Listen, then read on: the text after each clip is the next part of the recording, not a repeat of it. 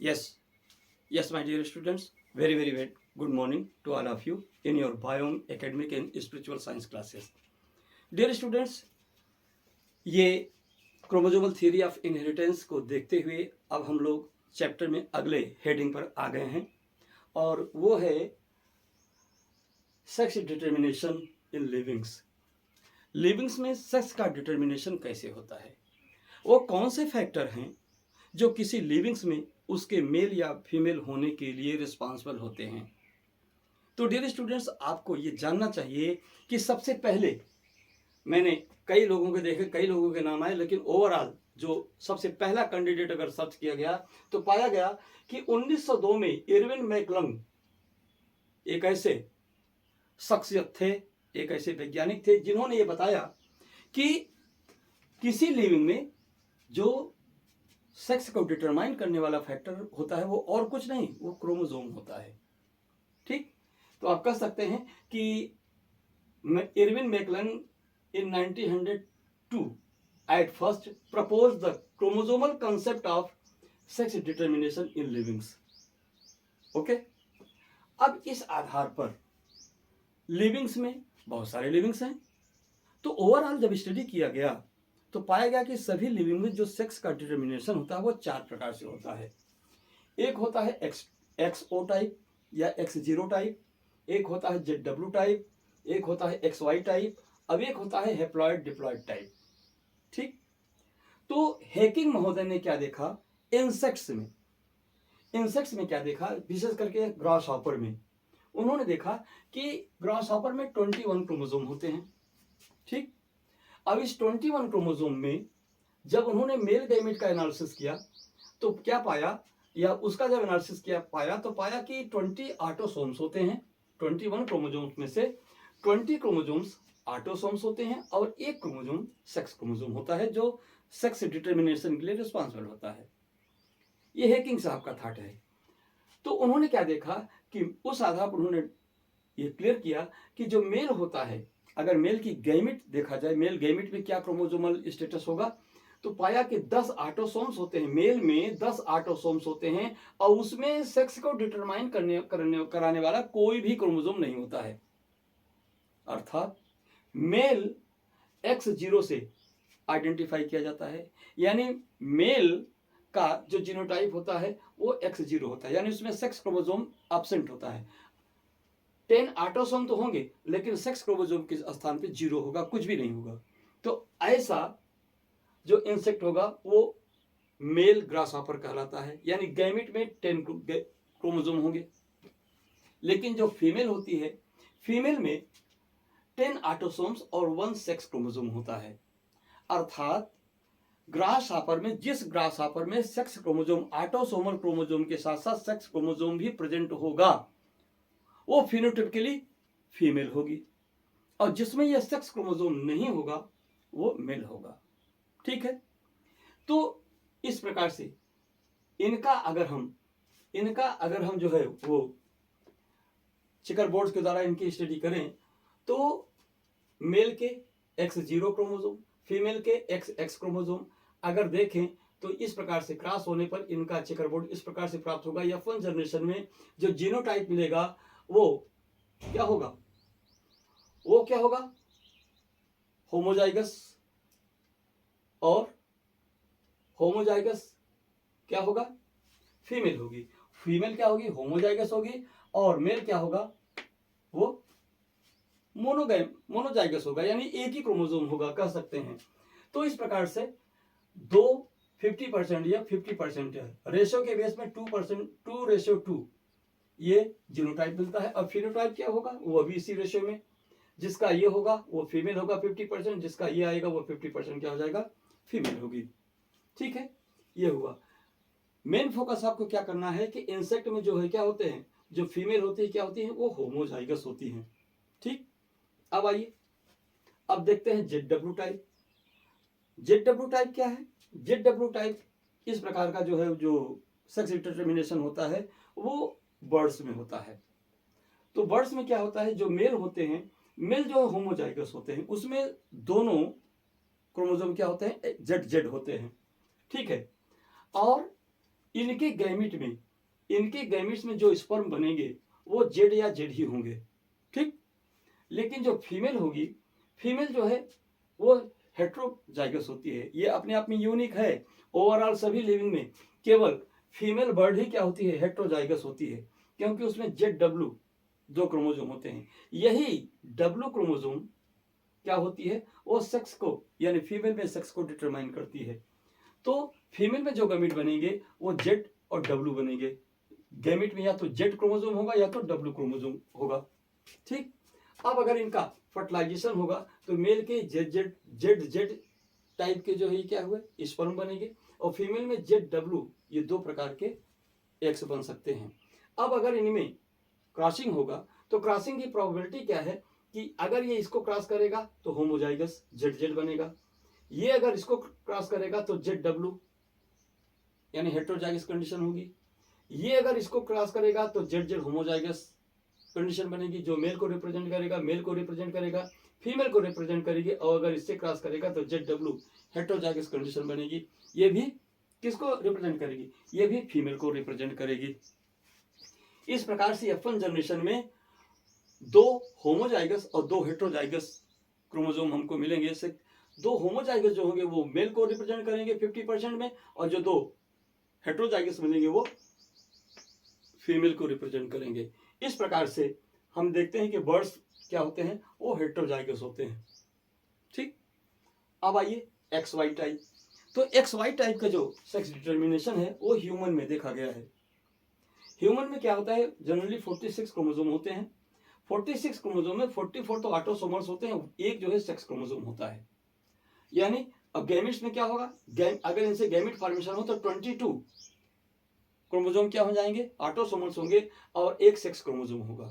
लेकिन ये जो सेक्स क्रोमोसोम होगा वो मेल और फीमेल में अलग अलग होता है। जैसे मेल 22 गैमेट में 22 ऑटोसोमल प्लस XY ये मेल में हुआ। इस प्रकार से मेल गैमेट क्या हुए, मेल गैमेट का सेक्स क्रोमोसोम का जो पेयर हुआ वो XY हुआ। फीमेल में 22 ऑटोसोमल प्लस XX, चूंकि फीमेल में जो सेक्स क्रोमोसोम होता है दोनों होमोजाइगस होते हैं, तो ये क्या हुआ, इसके गैमेट में जो है XX वाला जो गैमेट होगा वो फीमेल के लिए रिस्पॉन्सिबल होगा। अब ध्यान दीजिएगा, यहाँ पे क्या देख सकते हैं, आप देख सकते हैं कि यहाँ पर मेल और फीमेल में ये दोनों क्रोमोसोम क्या है, कॉमन है, ठीक। ये दोनों कॉमन है, अर्थात मेल में मेल के लिए ये Y क्रोमोसोम रिस्पॉन्सिबल होता है और फीमेल के लिए यह X क्रोमोसोम रिस्पॉन्सिबल होता है। ये किसका है, ये मेल का ही है, ये मेल का ही है। फीमेल में तो हमेशा XX ही होगा। अब आप ये जान सकते हैं फीमेल का XX ही है, ये फीमेल का X है, ये फीमेल का X गैमेट है, ठीक। दोनों XX ही होंगे, दोनों में सेक्स क्रोमोसोम XX होंगे। प्रश्न है ये मेल, ये जो मेल है, ये जो मेल है, मेल अगर अपना X इसको दे देगा तो क्या होगा, वो XX फीमेल बेबी को बनाएगा, और ये अगर Y इसको दे देगा तो ये क्या करेगा, वो XY मेल ऑफ स्प्रिंग्स को बनाएगा।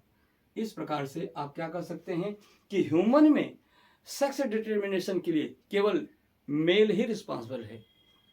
फीमेल के एक्स को यदि मेल अपना एक्स क्रोमोसोम देगा, एक्स वाला सेक्स क्रोमोसोम, तो वो फीमेल बेबी बनेगी, और यदि फीमेल के एक्स एग को यदि मेल अपना वाई वाला क्रोमोसोम देगा तो क्या हो जाएगा, वो एक्स वाई करके मेल बेबी का फॉर्मेशन करेगी, ठीक है। इस प्रकार से ये सेक्स डिटर्मिनेशन होता है, ठीक है। और गांव समाज में क्या होता है, गांव समाज में जो अशिक्षित महिलाएं हैं वो हमेशा महिला को ही कोसती रहती हैं कि तुम लड़के नहीं पैदा कर रही हो, या तुम लड़की ही लड़की पैदा करती चली जा रही हो। अब बताइए इसके लिए कौन जिम्मेदार है, वो जिम्मेदार है या पति महोदय जिम्मेदार हैं, ठीक, पति महोदय जिम्मेदार हैं। अतः अब आपकी यह शिक्षा समाज में इस बात के लिए लागू की जानी चाहिए कि अब कोई महिला किसी महिला को पुत्र प्राप्ति के लिए न कोसे, टार्चर न करे। समाज का कोई व्यक्ति महिला को, किसी महिला को पुत्र पैदा करने के लिए न कोसे, उसे कर्ष न करे, क्योंकि वो जिम्मेदार नहीं, पतिदेव महाराज जिम्मेदार हैं, इसके लिए वो जिम्मेदार नहीं है। ठीक है, अब आइए तीसरी कंडीशन, नेक्स्ट जो चौथी कंडीशन है वो हैप्लॉइड डिप्लॉइड टाइप की होती है। अक्सर ये कंडीशन हनी बी में देखा जाता है। एक्चुअली क्या होता है कि जो हनी है, हनी जो है वो या तो डिप्लॉयड होती है या डिप्लॉयड होती है। इसका डिटर्मिनेशन आपने यहाँ देख लिया, ये भी होमोजाइगस होते हैं। हनी बी में आइए, तो हनी बी में जो मेल होता है ड्रोन, वो हैप्लॉयड होता है, जिसमें कि 16 क्रोमोसोम होते हैं। ठीक है, और यह इस नेचर में अपने को एग्जिस्ट करता है पार्थियोनोजेनेसिस के द्वारा, क्योंकि अनफर्टिलाइज रह जाता है। और फीमेल क्या करती है, क्वीन, फीमेल जिसे क्वीन कहते हैं, वो डिप्लॉयड होती है, उसमें 32 क्रोमोसोम होते हैं। तो 32 क्रोमोसोम वो जो है सेक्सुअल रिप्रोडक्शन के द्वारा अपने को इस नेचर में एग्जिस्ट करती है। ठीक है, इसका इनहेरिटेंस कैसे चलता है ये देखिए, ये मेल है ड्रोन, ये है क्वीन। ठीक है, मेल ड्रोन फीमेल क्वीन। तो मेल ड्रोन में जब गैमेट फॉर्मेशन की बात आएगी तो इसमें ये गैमेट का formation mitotic division, simple division के द्वारा होगा, जिसमें क्रोमोसोमल नंबर गैमेट में चेंज नहीं करेंगे। 16 के 16 क्रोमोसोम वाला ये स्पर्म बन गया। अब इसके बाद फीमेल क्या होगी, फीमेल में मियोसिस द्वारा जो है क्या होगा, गैमेटोजेनेसिस होगा। इसके द्वारा क्या होगा, 2 हैप्लॉइड 16 क्रोमोसोम के 2 गैमेट्स बन जाएंगे, या 2 से 4 गैमेट बन जाएंगे। तो 4 गैमेट बनेंगे या 2 गैमेट बने, ये दोनों गैमेट में क्या हुआ, बनते तो 4 हैं लेकिन दिखाया गया सुविधा के लिए 2। ठीक, अब क्या होगा, जब मेल का ये स्पर्म फीमेल के इस एग से फ्यूज करेगा तो डिप्लॉयड कंडीशन फ्यूजन अगर हो जाएगा तो 32 क्रोमोसोम वाला ये क्या होगा, ये क्वीन का फॉर्मेशन करेगा। लेकिन ये वाला फीमेल का जो हैप्लॉइड गैमेट वाला ये है, अगर ये अनफर्टिलाइज ही रह गया तो यही क्या करेगा, यही डेवलप करके, जिसको हम कहते हैं पार्थियोनोजेनेसिस करके क्या करेगा, ये विदाउट फर्टिलाइजेशन डेवलप करके क्या करेगा, ड्रोन का फॉर्मेशन करेगा। ठीक है, और अगर इसका जीनोटाइप फिनोटाइप आप यहाँ पर इसी रूप में देख सकते हैं। तो इस प्रकार से सेक्स डिटर्मिनेशन के लिए रिस्पॉन्सिबल होते हैं। एक लाइन वहां छूटा है कि sex determination is a pleiotropic. Pleiotropic type क्या है, ये इनहेरिटेंस है। प्लियोट्रॉपिक माने क्या होता है, जब एक ही जीन एक से अधिक कैरेक्टर को डिटरमाइन करे तो क्या होता है, वो प्लियोट्रॉफी कंडीशन कहलाती है। जब 2 या 2 से अधिक जीन एक ही कैरेक्टर को डिटरमाइन करें तो वो क्या होता है, वो पॉलीजेनिक इनहेरिटेंस होता है। जब एक जीन एक ही कैरेक्टर को डिटरमाइन करे तो वह मोनोजेनिक इनहेरिटेंस होता है। इसके पहले वाले चैप्टर में, लेक्चर में इसके बारे में थोड़ा डिटेल में चर्चा किया गया है, उसे भी आप लोग देख लीजिएगा। ठीक, अब इसके बाद हम लोग क्या करेंगे, इसके बाद एक पॉइंट और आता है कि इस ह्यूमन में और ह्यूमन पॉपुलेशन में, यहां आप देख लीजिए, अब इसको मिटा सकते हैं ना, ओके। अब यहां पे एक चीज और जान लीजिए, इसके साथ कंसेप्ट क्लियर हो जाए।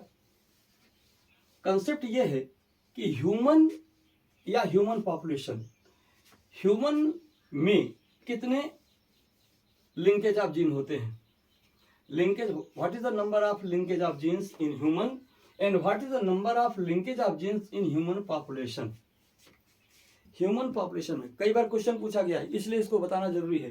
तो ध्यान रखिएगा, ह्यूमन क्या है, ह्यूमन में क्या होता है, ह्यूमन में जो लिंकेज ऑफ जीन होते हैं, लिंकेज ऑफ जीन्स वो होते हैं 46। ठीक, और ह्यूमन के मेल गैमेट में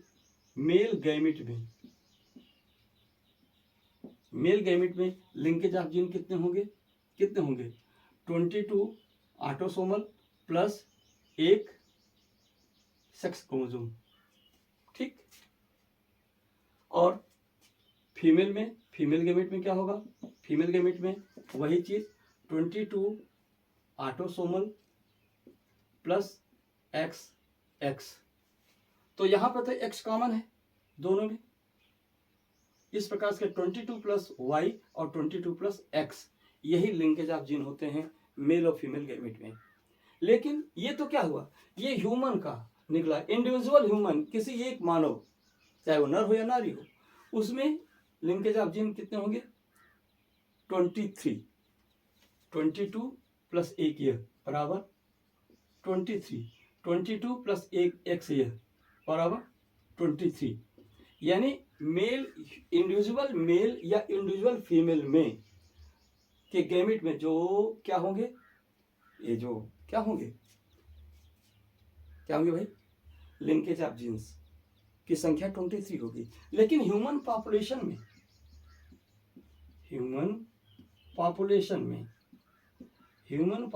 में लिंकेज ऑफ जीन कितने होंगे, दोनों जोड़ लीजिए, क्योंकि पॉपुलेशन में मेल, ह्यूमन का पॉपुलेशन मेल और फीमेल दोनों को जोड़ के बनता है। ठीक है, तो क्या हो जाएगा, 22 तो ऑटोसोमल हो गए, तो हो गया 22A प्लस वाई का एक प्लस फीमेल का एक्स बराबर कितना हुआ, 22 प्लस 23 24 बराबर 24। तो रिजल्ट क्या निकला, ह्यूमन इंडिविजुअल में linkage of gene, number of linkage of gene क्या होता है 23, जबकि ह्यूमन के पॉपुलेशन में लिंकेज ऑफ जीन होते हैं 24। ठीक, तो इस प्रकार से इस कंसेप्ट को भी आप लोग क्लियर रखिएगा। अब नेक्स्ट वीडियो में हम लोग पढ़ेंगे किसके बारे में, gene mutation, okay, and chromosomal disorders, जो बहुत ही इंपॉर्टेंट पॉइंट है इस लेसन का। तो बेटा थोड़ा धैर्य रखिए, हम लोग आगे भी बढ़ते हैं। Thank you very much. Gene और जीन का म्यूटेशन, जीन और जीन का म्यूटेशन, तो जीन क्या होता है और उसका म्यूटेशन क्या होता है, म्यूटेशन क्या है, कैसे होता है, उसका परिणाम क्या होता है, इन सारी बातों को हम लोग जो है अध्ययन करेंगे। तो बेटा जो जीन होता है, जीन क्या होता है, जीन के लिए कहा गया है gene is sequence of DNA coded for protein synthesis and regulation for controlling photosynthesis. DNA के द्वारा, डीएनए का वह सेगमेंट, वह छोटा या बड़ा हिस्सा जो प्रोटीन सिंथेसिस में भाग लेता है, अर्थात जो ट्रांसक्रिप्शन में भाग लेता है, जिससे प्रोटीन का निर्माण होता है ट्रांसलेशन के द्वारा, उतने पार्ट को एक जीन कहते हैं। ठीक, और प्रोटीन सिंथेसिस में ही नहीं, बल्कि प्रोटीन सिंथेसिस को रेगुलेट करने वाले, कंट्रोल करने वाले डीएनए के पार्ट भी जीन ही कहलाते हैं, लेकिन वो रेगुलेटरी जीन कहलाते हैं। तो इस बेस पे हम कह सकते हैं कि genes are sequences of DNA coded for protein synthesis and regulation of protein synthesis.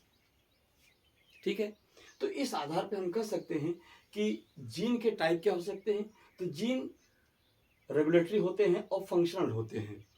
Regulatory gene वो कहलाते हैं जो ट्रांसक्रिप्शन को रेगुलेट करते हैं। प्रोटीन फॉर्मेशन के लिए डीएनए का जो सबसे पहला स्टेप होता है वो डीएनए का ट्रांसक्रिप्शन होता है, यानी डीएनए के उतने पार्ट से, किसी डीएनए में उपस्थित जीन के उतने पार्ट का क्या होता है, उससे मैसेंजर आरएनए का फॉर्मेशन होता है।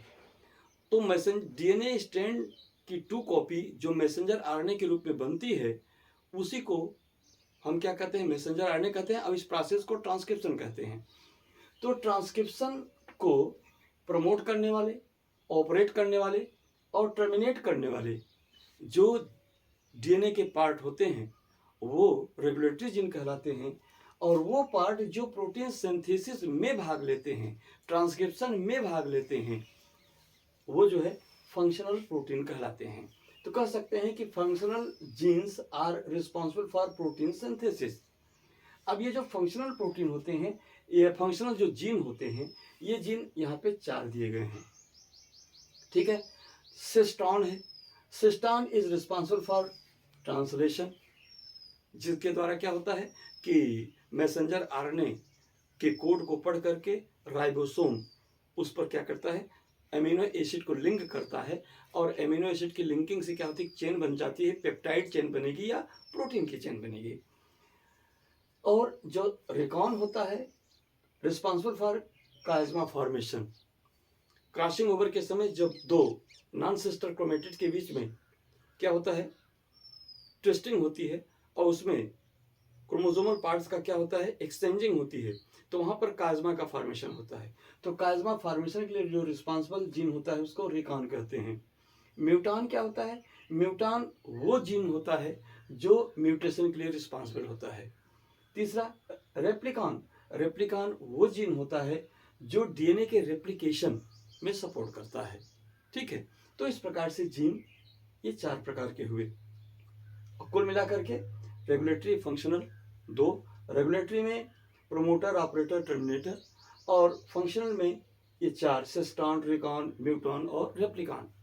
ठीक है डियर स्टूडेंट्स, अब ध्यान दीजिएगा, इस प्रकार से हम यहाँ पर जरा ऊपर फोकस कीजिए। जीन में जीन साइज में छोटे भी हो सकते हैं, बड़े भी हो सकते हैं। इसके साइज की मेजरिंग हम कहाँ से करते हैं, उसमें प्रेजेंट बेस पेयर से। दो डीएनए हेलिक्स के बीच में, ये जो नाइट्रोजन बेस के बीच में क्या बनती है, बॉन्डिंग होती है। तो 2 बेस मिलकर के एक बॉन्डिंग करते हैं, तो वहां पर एक बेस पेयर हुआ। इसको मिला के एक बेस पेयर, इसको मिला के दूसरा बेस पेयर। इस प्रकार से ये बेस पेयर होते हैं। ये जो बेस पेयर होते हैं, बेस पेयर के आधार पर हम किसी जीन की लेंथ आप कैलकुलेट कर सकते हैं। तो बेटा ध्यान रखना, ह्यूमन में जो डिस्ट्रोफी नाम का एक जीन होता है जो 2.4 मिलियन बेस पेयर से मिलकर बना होता है, the largest gene in human. और ह्यूमन में जो टीडीएफ जीन होता है वो केवल 14 बेस पेयर का से मिलकर बनता है। Only 14 base pairs combines to frame TDF gene of human. Chromosome के बेस पे देखें तो Y chromosome has only 231 genes. Human में जो वाई क्रोमोसोम होता है मेल का, उसमें सबसे कम जीन होते हैं जो 231 जीन होते हैं। लेकिन ह्यूमन के क्रोमोसोम 1 पर क्या होता है, 2968 जीन्स होते हैं, 2968 जीन से बना होता है। ठीक है, अब इतना देखने के बाद अब देखिए हम लोग म्यूटान के बारे में देखेंगे। म्यूटान जो यहाँ दिया गया है, चूंकि उसकी इस समय यहाँ पे आवश्यकता है, it is needed here. Muton is the smallest unit of mutation. The process of mutation caused by which unit, that is mutation. Mutation is the smallest unit of mutation. Okay, mutation is caused by mutagens.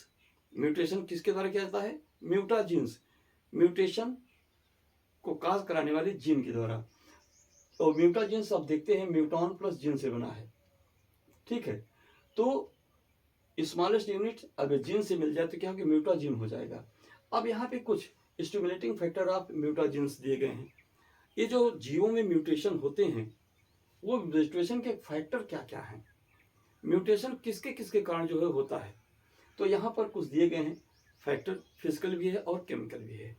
Physical factor में temperature है, physical factor में temperature आता है। जैसे Drosophila में जो sex linked gene होता है, अगर उसके टेम्परेचर को, अगर उसकी बॉडी के टेम्परेचर को 10 डिग्री सेंटीग्रेड तक इंक्रीज कर दिया जाए, जो उसकी बेरिंग कैपेसिटी है, तो क्या होता है, यह सेक्स लिंक्ड जो जीन होता है वो लीथल जीन में कन्वर्ट हो जाता है, जिसकी वजह से क्या होता है, वह ड्रोसोफिला मर जाता है। ठीक है, ये टेम्परेचर का प्रभाव है। दूसरी चीज रेडिएशन, रेडिएशन भी क्या करता है, म्यूटेशन के लिए काज करता है।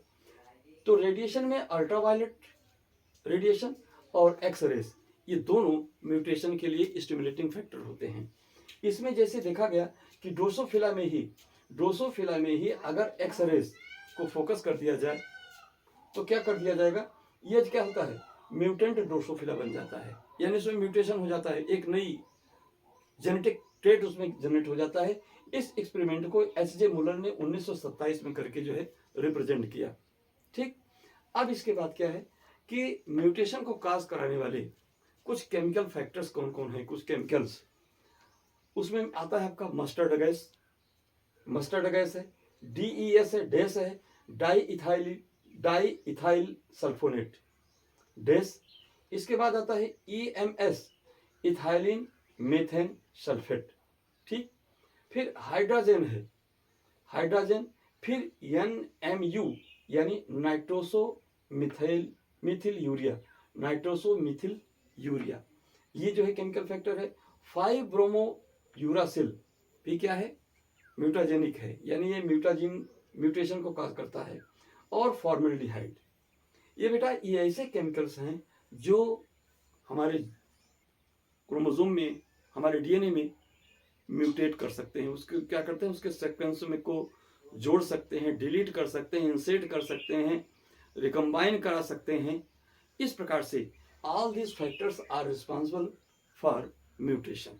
Okay, now after looking all this we have to focus about mutation. Okay, mutation क्या है, तो आप जान जाइए कि Hugo de Vries in 1901 at first proposed theory of mutation for evolution, means new species, formation of new species।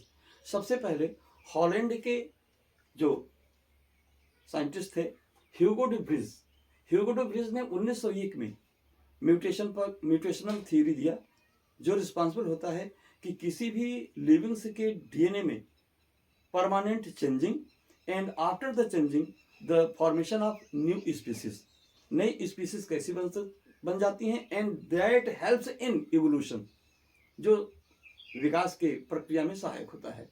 तो ह्यूगो day पहले ने बता दिया था। अब देखिए म्यूटेशन क्या है। Mutation is alteration of DNA sequence. DNA के सीक्वेंस में, डीएनए का जो क्रम है उसमें जो बेस पेयर बने हैं, उस बेस पेयर में एनी हाउ, चाहे फिजिकल फैक्टर के द्वारा चाहे केमिकल फैक्टर के द्वारा अगर चेंजिंग हो जाए तो क्या होगा, वो म्यूटेशन कहलाता है। और ध्यान रखिए म्यूटेशन परमानेंट होता है। ठीक है, म्यूटेशन उत्परिवर्तन के कारण क्या है और उसका परिणाम क्या होता है, किस किस प्रकार के म्यूटेशन हो सकते हैं और उसके रिजल्ट क्या होते हैं, जरा इस पर हम लोग फोकस करेंगे। तो ध्यान रखिएगा, रिकम्बिनेशन पुनर्योजन क्या है। डीएनए का कोई एक पार्ट है, क्रॉसिंग ओवर हो रहा है। क्रॉसिंग ओवर के समय क्या हो रहा है कि कोई एक जीन, किसी एक डीएनए का कोई एक बेस पेयर एक्स्ट्रा किसी दूसरे में आकर के ऐड हो जाए। किसी एक जीन के लिए रिस्पॉन्सिबल जितने बेस पेयर हैं, उस जीन में कोई दूसरा एक्स्ट्रा बेस पेयर आकर के ऐड हो जाए, तो इंसर्शन हो गया। इसकी वजह से क्या होता है, डीएनए में ही वेरिएशन आ जाता है। ये क्या करता है, इसका इस म्यूटेशन का कारण क्या होगा, डीएनए में वेरिएशन का आना, डीएनए में भिन्नता उत्पन्न हो जाएगी। दूसरी चीज है कि किसी जीन के बेस पेयर में कुछ बेस पेयर का लॉस हो जाना या मिट जाना, कमी हो जाना या हट जाना। और दूसरी चीज, या कि उस जीन को बनाने वाले बेस पेयर में कुछ एक्स्ट्रा का जुड़ जाना या कुछ डुप्लीकेट करके एक्स्ट्रा बन जाना। ये दोनों फैक्टर क्या करते हैं, अल्टरेशन ऑफ क्रोमोसोम, ये गुणसूत्रों में बदलाव ला देते हैं। ठीक है, अगली बात I change in single base pair of DNA. DNA के किसी सिंगल बेस पेयर में अगर चेंजिंग हो जाए तो वो क्या करता है, वो पॉइंट म्यूटेशन, बिंदु उत्परिवर्तन को प्रेरित करता है, यानी उसका कारण बिंदु उत्परिवर्तन होता है, तो इसका रिजल्ट बिंदु उत्परिवर्तन होगा, पॉइंट म्यूटेशन होगा। आगे देखिए, mutation in more than one base pair in multiple of 3। अगर किसी जीन के बेस पेयर में 3 या 3 से अधिक जो ट्रिपल के फॉर्म में हो, और ट्रिपल बेस पेयर को ही कोडान करते हैं, तो इस प्रकार से, और ये ट्रिपल बेस पेयर क्या होते हैं, किसी एमिनो एसिड के लिए रिस्पॉन्सिबल होते हैं। ठीक है, तो कहने यहाँ ये कह रहे हैं कि किसी बेस पेयर, किसी जीन के बेस पेयर में एक से अधिक बेस पेयर में क्या हो, लॉस हो, डिलीशन हो, इंसर्शन हो या डुप्लीकेशन हो, जिसकी वजह से उसका जो ट्रिपलेट है वो चेंज हो जाए। और ट्रिपलेट इस प्रकार से चेंज हो कि उस एक ट्रिपलेट जिस एमिनो एसिड के लिए रिस्पॉन्सिबल था वो ऐसी चेंजिंग हो कि उसको रिस्पॉन्स न करके वो किसी दूसरे एमिनो एसिड को कोड करने लगे। यानी इससे क्या कहते हैं कि चेंज इन रीडिंग फ्रेम, यानी उसके रीडिंग ही चेंज हो जाए, वेलाइन ग्लूटामिन हो जाए, ग्लूटामिन वेलाइन हो जाए। इस प्रकार से जहां जिस 3 कोड के चेंज होने से, 3 बेस पेयर के चेंज होने से यदि अमीनो एसिड का नाम ही बदल जा रहा है तो क्या होगा, ऐसा जो चेंज होता है वो फ्रेम शिफ्ट म्यूटेशन कहलाता है। ठीक है, तो फ्रेम शिफ्ट म्यूटेशन में क्या है, सिकल सेल एनीमिया का एग्जाम्पल हम लोग अक्सर लेते हैं। अभी यहाँ पे हम देखेंगे, ये देखिए यहाँ पे ये मिस सेंस होता है, यानी फ्रेम शिफ्ट म्यूटेशन क्या होता है, ये मिस सेंस म्यूटेशन होता है। यानी जिस अमीनो एसिड के लिए आप एक सेंस रख रहे हैं कि ये इसका अमीनो एसिड है, ये 3 बेस पेयर मिलकर के या 3 बेस पेयर से कोई खास एक नाम का अमीनो एसिड कोड हो रहा है। अब उसमें ऐसी चेंजिंग हो जाए, एक की चेंजिंग हो या एक से अधिक की चेंजिंग हो, तो क्या हो जाएगा, जब उसका नाम ही बदल जाए तो मिस सेंस चेंजिंग हो जाती है। और ये मिस सेंस चेंजिंग क्या होता है, पॉइंट म्यूटेशन का एग्जांपल है। इसके द्वारा क्या होता है कि फ्रेम ही शिफ्ट हो जाता है, इसको फ्रेम शिफ्ट म्यूटेशन कहते हैं। तो जैसे यहाँ पे GAA, ये ग्लूटामिक एसिड को, ये अमीनो एसिड है जिसका जो ग्लूटामिक एसिड को कोड करता है। अब यहाँ पे जो लास्ट में A है, अगर वो चेंज होकर के क्या हो जाए, C हो जाए, GAC हो जाए, तो ये क्या करेगा, ये एस्पार्टिक एसिड को जो है वो कोड करेगा। ये भी एक अमीनो एसिड है। यानी एक चेंजिंग की वजह से, एक पॉइंट के चेंज हो जाने से, एक बेस के चेंज हो जाने से क्या हो गया, यहाँ पे क्या हो गया, यहाँ फ्रेम ही शिफ्ट हो गया, फ्रेम ही बदल गया इसका, ग्लूटामिक एसिड से वो एस्पार्टिक एसिड हो गया। दूसरा देखिए GAG, ये किसको कोड करता है, ये भी ग्लूटामिक एसिड को कोड करता है। अब यहाँ पे जो बीच में A है, A की जगह क्या हुआ, U आ गया, एक जगह क्या हो जाए, U आ गया, यानी एक जगह T हुआ, T की जगह U आया, तो यह GUG बन जाएगा। GUG किसको कोड करेगा, वेलाइन को कोड करेगा। तो इस प्रकार से एक ही बेस पेयर के चेंजिंग से, पॉइंट म्यूटेशन की वजह से अगर फ्रेम ही शिफ्ट हो जाए, अमीनो एसिड का नाम ही बदल जाए, किसी दूसरे अमीनो एसिड को कोड करने लगे, तो इस प्रकार की जो म्यूटेशन होता है वो पॉइंट म्यूटेशन होने के साथ साथ फ्रेम शिफ्ट म्यूटेशन भी है। ठीक है, इसको हम बाकी चीज को बाद में देखेंगे। यहां देखिए लार्ज स्केल यानी इस प्रकार के म्यूटेशन हो, बेस पेयर में 10 से 100 बेस पेयर तक यदि एक साथ चेंज हो जा रहे हैं, लॉस की वजह से, डिलीशन की वजह से, इंसर्शन या डुप्लीकेशन की वजह से, तो क्या कहलाएगा, वो ग्रास म्यूटेशन कहलाता है। ठीक है, तो इस प्रकार से म्यूटेशन क्या हुए, म्यूटेशन जो है पॉइंट म्यूटेशन हुआ, फ्रेम शिफ्ट म्यूटेशन हुआ और ग्रास म्यूटेशन हुआ। ये जो फ्रेम शिफ्ट म्यूटेशन होता है, ये जो है 3 प्रकार का होता है, nonsense, miss sense and same sense. Nonsense mutation का मतलब क्या है कि इस प्रकार से किसी भी बेस पेयर में इस प्रकार से चेंजिंग हो कि वह चेंज, जो 3 बेस पेयर जो चेंज हो रहा है, वह किसी भी अमीनो एसिड को कोड न करे, अर्थात स्टॉप कोडॉन को कोड कर दे। स्टॉप कोडॉन का मतलब क्या होता है, स्टॉप कोडॉन का मतलब होता है कि जो किसी भी अमीनो एसिड को कोड न करे, यानी वो क्या हो जाएगा, स्टॉप कोडॉन हो जाएगा। वहां पे जाकर के अमीनो एसिड का फॉर्मेशन जब जाकर के बंद हो जाता है, ये टर्मिनेटर्स भी होते हैं। तो जैसे यहाँ पे देखिए ATC 3 बेस है, न्यूक्लियोटाइड है।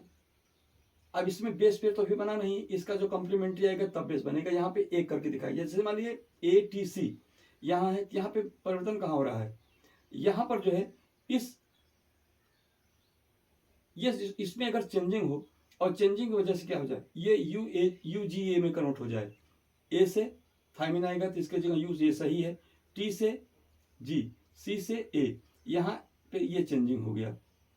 इस चेंजिंग से क्या हुआ, T और C में चेंजिंग हो गया, जिसकी वजह से क्या हो गया, UGA हो गया। ये 2 चेंज हो गए।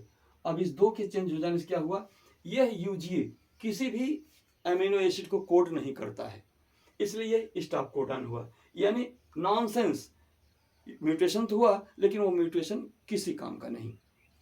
ठीक है, ACT है, ACT चेंज होकर के UAG में कन्वर्ट हो गया। तो इस प्रकार से क्या हुआ, यह UAG भी किसी अमीनो एसिड को कोड नहीं करता, ये भी नॉनसेंस जो है म्यूटेशन हुआ। ATT अगर इसमें ये चेंज होकर क्या काम करे, ये UAA को कोड करे, तो क्या होगा, ये भी नॉनसेंस क्या हुआ, म्यूटेशन हुआ, क्योंकि ये तीनों किसी भी अमीनो एसिड को कोड नहीं करते हैं, ये नॉनसेंस म्यूटेशन होते हैं। ध्यान रखिएगा, मैं समझ रहा हूं कि ये जो बातें मैं कर रहा हूं इसमें पूरा समझ नहीं पा रहे होंगे, क्योंकि पूरा समझाने का भी समय नहीं है।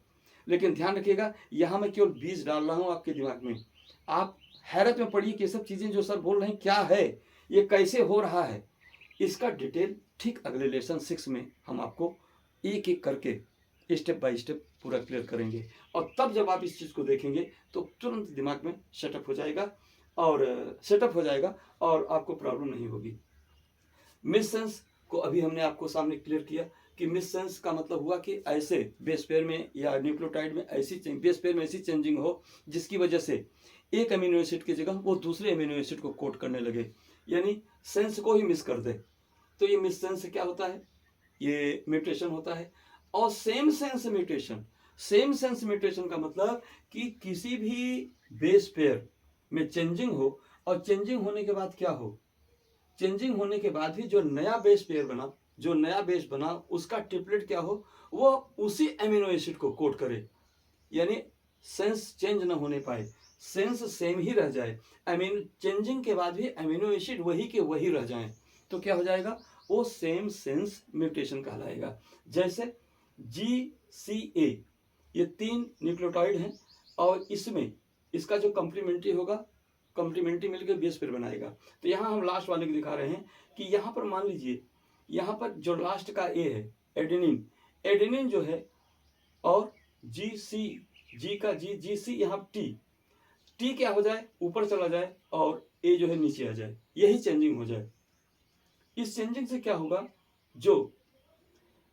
जो भी इससे ये बने या इससे ये बने, ये आपस में अगर चेंज हो जाते हैं किसी एक के चेंजिंग की वजह से, दोनों अवस्थाओं में ये दोनों कोड, ये दोनों ट्रिपलेट, दोनों कोडान क्या करते हैं, एक ही अमीनो एसिड अर्जिनिन को कोड करते हैं। तो म्यूटेशन तो हुआ लेकिन फ्रेम नहीं चेंज हुआ, फ्रेम माने नाम अमीनो एसिड का नहीं बदला। तो इस प्रकार से ये क्या हुआ, ये सेम सेंस म्यूटेशन हुआ। तो डियर स्टूडेंट्स, यहाँ तक देखने के बाद अब हम लोग क्या काम करेंगे कि अगले वीडियो में हम लोग क्रोमोसोमल डिसऑर्डर, जेनेटिक डिसऑर्डर, इन सब पे चर्चा करेंगे और